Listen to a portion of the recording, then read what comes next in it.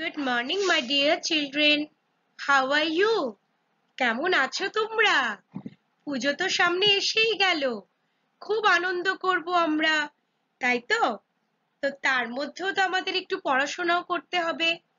তো আজকে তোমাদের পৌলমী ম্যাম আবারও চলে এসেছি বাংলার আরেকটা স্বরবর্ণ নিয়ে আলোচনা করতে। তোমরা জানতে চাও আজকে কোন নতুন স্বরবর্ণটা আমরা শিখব? চলো দেখা যাক কি স্বরবর্ণ আজকে আমরা শিখব। আজকে আমরা তাহলে স্বরবর্ণ ওই সম্পর্কে শব্দ শিখবো এবং জানবো। আচ্ছা তোমরা বলো তো ওইটা কার পরে আসে? হ্যাঁ ঠিক বলেছো, এর পরে আসে ওই। তাহলে সেই ওই দিয়েই দেখা যাক আজকে আমরা কি কি নতুন নতুন শব্দ শিখছি। চলো শুরু করি।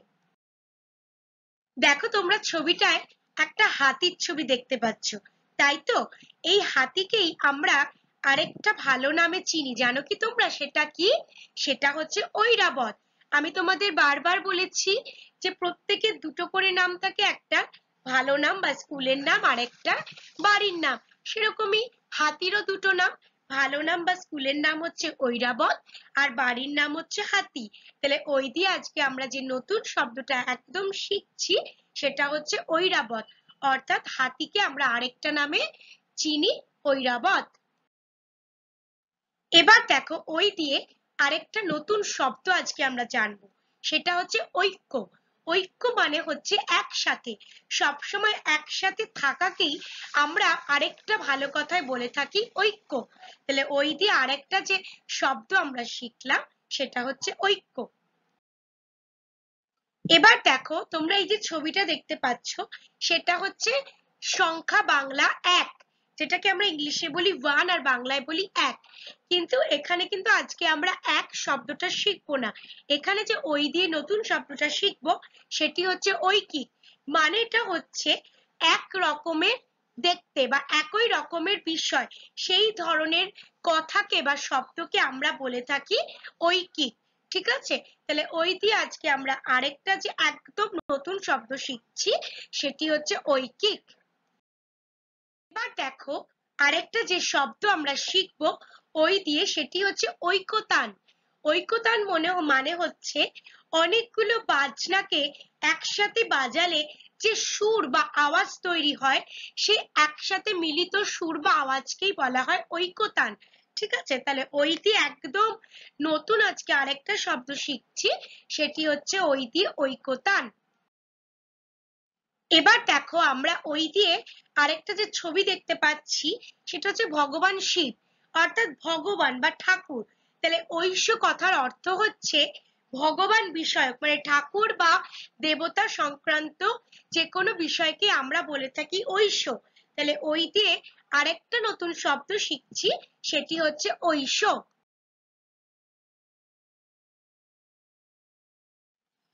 আচ্ছা এতক্ষণ আমরা ওই দিয়ে অনেকগুলো সুন্দর সুন্দর ছবি দেখলাম এবং শব্দ শিখলাম।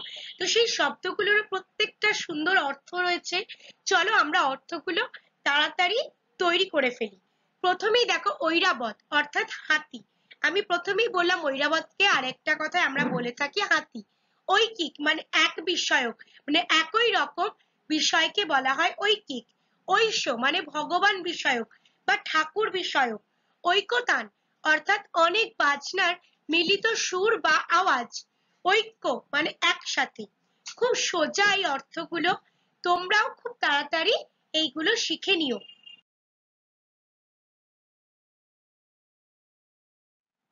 এবার আমরা বর্ণকে শিখবো কি করে সেটা দেখতে হবে। কি করে ঐক্যে লিখতে হয় চলো আমরা দেখে নিই। দেখবো কি করে ঐক্যে লিখতে হয়, চলো দেখে নিই কি করে ঐক্যে লিখতে হবে। First, make a small round circle, then draw a downward curve, then followed by a standing line and just make a pattern like this.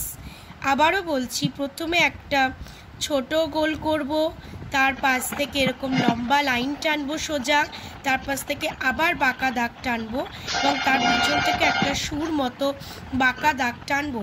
এটি হলো ওই। কেমন লাগলো তোমাদের? ওই খুব সোজা, একদম এর মতনই লিখতে হয়। তাহলে তোমরাও প্রতিদিন বাড়িতে কিন্তু লেখা অভ্যাস করবে।